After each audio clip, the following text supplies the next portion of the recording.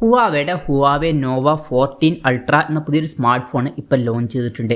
ഈ ഒരു വീഡിയോയിൽ നമ്മൾ നോക്കാൻ പോകുന്നത് ഹുവാവേ നോവ 14 അൾട്ര എന്നുള്ള സ്മാർട്ട് ഫോണിനെ പറ്റിയിട്ടാണ്.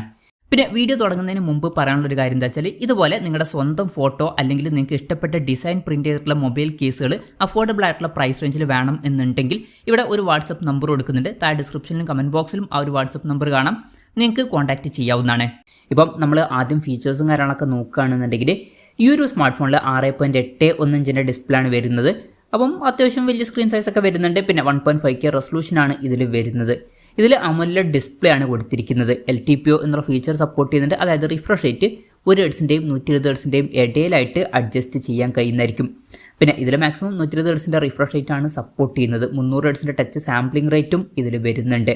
പിന്നെ ഇതിൽ കേർഡ് ആയിട്ടുള്ള ഡിസ്പ്ലേ ആണ് കൊടുത്തിരിക്കുന്നത്. ഡ്യുവൽ പഞ്ചോൾ ഡിസൈൻ ആണ് വരുന്നത്. അതായത് വലിയൊരു പഞ്ചോളാണ് ഇതിൽ വരുന്നത്. പിന്നെ പീക്ക് ബ്രൈറ്റ്നസ് 5500 നിറ്റ്സ് വരെ വരുന്നുണ്ട്.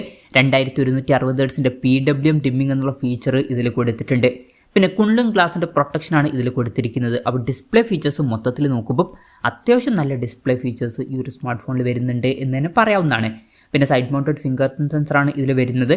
ഈ ഒരു ഫോണിൻ്റെ വെയിറ്റ് വരുന്നത് ഏകദേശം 204 ഗ്രാമാണ്. അതുപോലെ തന്നെ തിക്നെസ് വരുന്നത് 7.78 mm ആണ്.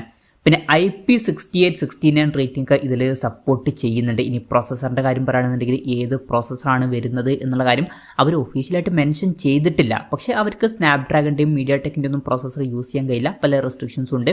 അപ്പോൾ കിരീൻ്റെ പ്രോസസ്സറാണ് ഇതിൽ വരുന്നത്. ഇപ്പം പുറത്തു വന്നിട്ടുള്ള റിപ്പോർട്ടുകളിൽ പറയുന്നത് ഇതിൽ കിരീൻ 9000S എന്ന പ്രോസസ്സറായിരിക്കും വരിക എന്നാണ്. എന്തായാലും അത്യാവശ്യം തിരക്കില്ലാത്തൊരു പ്രോസസ്സർ ഇതിൽ വന്നേക്കാം. പിന്നെ ഈ ഒരു പ്രോസസ്സർ എന്ന് പറയുന്നത് സ്നാപ്ഡ്രാഗൺ 888 എന്നുള്ള ഫ്ലാഗ്ഷിപ്പ് പ്രോസസ്സറിൻ്റെ ലെവലിലോ അല്ലെങ്കിൽ മീഡിയാടെക് ഡിമെൻസിറ്റി 9400 എന്ന പ്രോസസ്സറിൻ്റെ ലെവലിലോ ഒന്നും വരില്ല. എന്നാലും അവർക്ക് യൂസ് ചെയ്യാൻ കഴിയുന്ന നല്ലൊരു പ്രോസസ്സർ യൂസ് ചെയ്തു എന്നേ ഉള്ളൂ.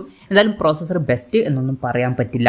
പിന്നെ ബേസ് വേരിയൻറ്റിൽ 256 GB ഇൻറ്റേർണലാണ് വരുന്നത്. 512 GB ഇൻറ്റേർണലുമായിട്ട് വരുന്ന വെർഷനും 1 TB ഇൻറ്റേർണലുമായിട്ട് വരുന്ന വെർഷനും വരുന്നുണ്ട്. NFC-യുടെ സപ്പോർട്ടൊക്കെ ഇതിൽ കൊടുത്തിട്ടുണ്ട്. പിന്നെ സാറ്റലൈറ്റ് കണക്ടിവിറ്റി എന്നുള്ള ഫീച്ചർ ഇതിൽ വരുന്നുണ്ട്.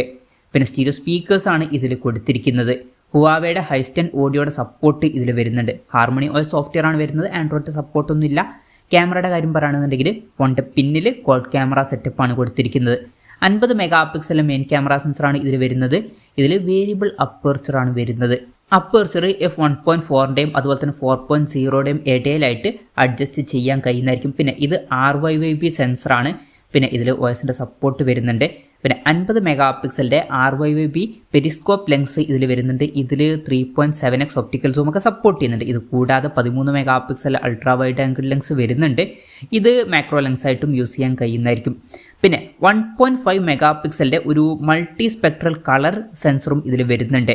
പിന്നെ ഫ്രണ്ടിൽ ഡ്യുവൽ ക്യാമറ സെറ്റപ്പാണ് കൊടുത്തിരിക്കുന്നത്. 50 മെഗാ പിക്സൽ മെയിൻ ക്യാമറ സെൻസറും 8 മെഗാ പിക്സലിൻ്റെ രണ്ടാമത്തെ ഒരു സെൻസറും ഇതിൽ വരുന്നുണ്ട്. അപ്പം ഓൺ പേപ്പർ അത്യാവശ്യം നല്ലൊരു ക്യാമറ സ്പെസിഫിക്കേഷൻ ഇതിൽ വരുന്നുണ്ട് എന്ന് തന്നെ പറയാവുന്നതാണ്. പിന്നെ പൊതുവേ ഹുവാവേയുടെ ഫ്ലാഗ്ഷിപ്പ് ഫോണുകളിൽ വളരെ മികച്ച ബെസ്റ്റ് ആയിട്ടുള്ള ക്യാമറ പെർഫോമൻസ് കാണാറുണ്ട്. അപ്പം ഇതിലും നമുക്ക് ബെസ്റ്റ് ആയിട്ടുള്ള ഒരു ക്യാമറ പെർഫോമൻസ് തന്നെ എക്സ്പെക്റ്റ് ചെയ്യാം. ബാറ്ററിയുടെ കാര്യത്തിൽ 5500 mAhൻ്റെ ബാറ്ററിയാണ് വരുന്നത്. 100 വാട്ടിൻ്റെ ഫാസ്റ്റ് ചാർജ് സപ്പോർട്ട് വരുന്നുണ്ട്. പിന്നെ Type-C ചാർജിംഗ് പോർട്ടും ഇതിൽ കൊടുത്തിട്ടുണ്ട്.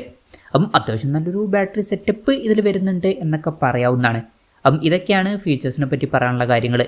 ഇനി ഈ ഒരു സ്മാർട്ട് ഫോൺ ഇപ്പം ഇന്ത്യൻ മാർക്കറ്റിൽ ലോഞ്ച് ചെയ്തിട്ടില്ല. ഇപ്പം ചൈനീസ് മാർക്കറ്റിലാണ് ഈ സ്മാർട്ട് ഫോൺ ലോഞ്ച് ചെയ്തിരിക്കുന്നത്.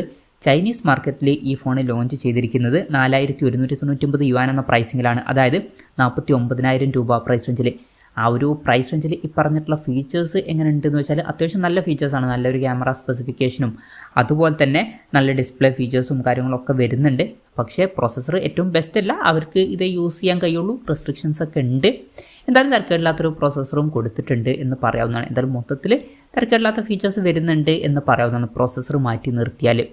അപ്പം ഇതൊക്കെയാണ് ഈ ഫോണിനെ പറ്റി പറയാനുള്ള കാര്യങ്ങൾ. ഇന്ത്യയിൽ ലോഞ്ച് എന്ന് വെച്ചാൽ മിക്കവാറും ഈ ഫോൺ ഇന്ത്യൻ മാർക്കറ്റിൽ ലോഞ്ച് ചെയ്യില്ല. കാരണം ഹുവാവേ ഇപ്പോൾ അടുത്തൊന്നും അവരുടെ ഡിവൈസുകൾ ഇന്ത്യൻ മാർക്കറ്റിൽ ലോഞ്ച് ചെയ്തിട്ടില്ല. മെയിനായിട്ടുള്ളൊരു കാര്യം എന്ന് പറയുന്നത് ഗൂഗിളിൻ്റെ സപ്പോർട്ട് ഇല്ല എന്നുള്ളത് തന്നെയാണ്. അതുകൊണ്ട് തന്നെ ഇന്ത്യയിൽ അത്ര ഹിറ്റാവാൻ ചാൻസ് ഇല്ല. പക്ഷേ ഗ്ലോബൽ മാർക്കറ്റിലൊക്കെ ഈ സ്മാർട്ട് ഫോൺ ലോഞ്ച് ചെയ്തേക്കാം. ഇപ്പം ഗൾഫ് രാജ്യങ്ങളിലും യൂറോപ്യൻ കൺട്രീസിലൊക്കെ ഈ ഫോൺ എത്തിയേക്കാം. അവിടെ വില കുറച്ചും കൂടെ കൂടാനും ചാൻസ് ഉണ്ട്. എന്തായാലും ഹുവാവേയുടെ നോവ 14 അൾട്ര എന്ന പുതിയൊരു സ്മാർട്ട് ഫോൺ ഇപ്പോൾ ലോഞ്ച് ചെയ്തിട്ടുണ്ട്. ഈ ഒരു ഫോണിനെ പറ്റിയിട്ടുള്ള നിങ്ങളുടെ അഭിപ്രായം ജസ്റ്റ് ഒന്ന് കമൻറ്റ് ചെയ്യുക.